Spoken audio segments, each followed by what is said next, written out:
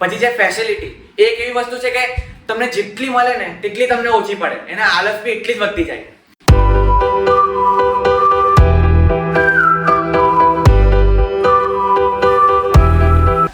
Hello everyone, હું છું જયદેવ સોલંકી. આજે હું તમને એવી સિચ્યુએશનની વાત કરવાનો છું જેમાં તમારામાંથી મોસ્ટ ઓફ લોકો એટલે એમાં છો. તમને ખબર છે કે મારું આખું કરિયર બરબાદ કરી શકે છે, આખું મારી જિંદગીને બગાડી શકે છે, પણ તો પણ તમે એમાં હોવ ત્યારે તમે એકદમ આરામ કરો છો.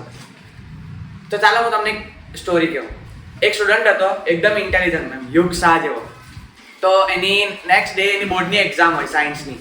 ત્યારે પણ એ 2 દિવસ પહેલાથી એકદમ બધી તૈયારી કરીને રેડી હોય એકદમ. પણ તે દિવસે કેવું થાય કે એની ફ્રેન્ડની બર્થડે હોય, પણ એમ કે હું નથી આવવાનો, પણ એના ફ્રેન્ડ્સ લોકો એને બહુ ફોર્સ કરે કે તું ચાલ ને ચાલ, પછી જાય એમ એની બર્થડેમાં. પછી કેવું થાય કે રાતે એને આવતા બહુ મોડું થઈ જાય, તો રાતના 1 થી 2 વાગી જાય. પછી આવે કે કંઈ નહીં, એલાર્મ વાગશે એટલે હું સવારે વહેલો ઉઠી જવા અને સ્કૂલ એક્ઝામ આપી આવવા. અને એની પ્રિપેરેશન એટલી હાર્ડ હતી કે એને કેવો બી ક્વેશ્ચન આવી જાય એ એકદમ પરફેક્ટ આન્સર આપીને આવે ને ફૂલમાંથી ફૂલ માર્ક્સ આવે એ પ્રિપેરેશન કરી.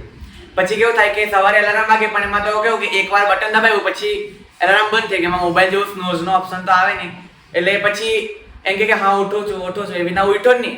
પછી બપોરના 12 વાગી ગયા, પછી એ ઉઠ્યો ત્યારે એને ખબર પડી કે માય ગોડ, એક્ઝામ તો પતી ગયા, હવે મેં એક્ઝામ આબા કેવી રીતે, અને બહુ રિગ્રેટ થાય. પછી બહુ રડે. એના ઘરે બધા મનાવે બી પણ કંઈ ફાયદો નહીં થાય. પછી એને એટલો રિગ્રેટ થાય કે મેં કાશ થોડુંક દમ કરી દીધો તેને, થોડુંક આળસને હટાવી દીધી હતી, તો અત્યારે મને આ જે ફિલિંગ આવતી હતી તે ક્યારે થતે નહીં.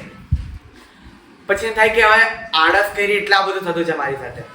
તમારામાંથી મને કહો કે એવી કઈ વસ્તુ છે જેનાથી તમે આળસ હોવાથી તમારે મજબૂર કરી શકે છે, એવી કઈ વસ્તુ છે? બોલો. હા, મોબાઈલ. પછી ટીવી. મેં કહું મોબાઈલ છે, પછી ઊંઘ છે, જે સ્લીપ છે, જે આપણને બહુ મજબૂર કરી રાખે કે આપણે હજુ થોડીક વાર એવી રીતે ઊંઘા રાખે. પછી છે ફેસિલિટી. એક એવી વસ્તુ છે કે તમને જેટલી મળે ને તેટલી તમને ઓછી પડે, એને આળસ બી એટલી જ વધતી જાય. પછી હ્યુમન કેવું છે કે એને આરામ જોઈએ, એકદમ બેડ પર બેઠા જ એને બધું મળી જાય એવું એને જોઈએ. આ તો બ્રશની ને કોઈ નાવાની ફેસિલિટી તો આવી નથી, બાકી એ પણ તારે તો બેડ પર જ ખાઈ દે. પણ એને એવું થાય નહીં કે મેં પોતાની જાતને ફોર્સ કરું, ધક્કો મારું કે મારે કંઈક કરવું છે. એક લેવલ પર પહોંચી ગયો, એનાથી ઉપરના લેવલ પર પહોંચ્યું મેં.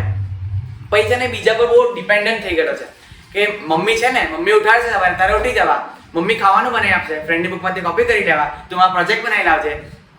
પપ્પા છે ને, પપ્પા પાસેથી પૈસા લઈ લેવા. અને હા, પૈસા તો એ વસ્તુ છે કે તમે જે કહેવાય વધારે હોય તો તમે ફેસિલિટી હોય એટલી બધી, ટેકનોલોજી એટલી બધી, ને આળસ એટલી જ વધે.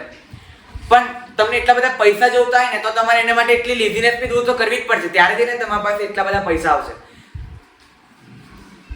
હા, પછી તમે ધ્યાન રાખજો કે તમારી હાલત બી જેવી નહીં થાય કે એક્ઝામ આપવાના જ રહી જાઓ તમે. હા, અને એન્ડમાં હું એક કોટ બોલવા માંગુ છું કે everything is easy when you are busy. જ્યારે તમે બિઝી હો ત્યારે તમે બધું કામ કરી શકશો, પણ when you are everything is nothing is easy when you are lazy. Thank you.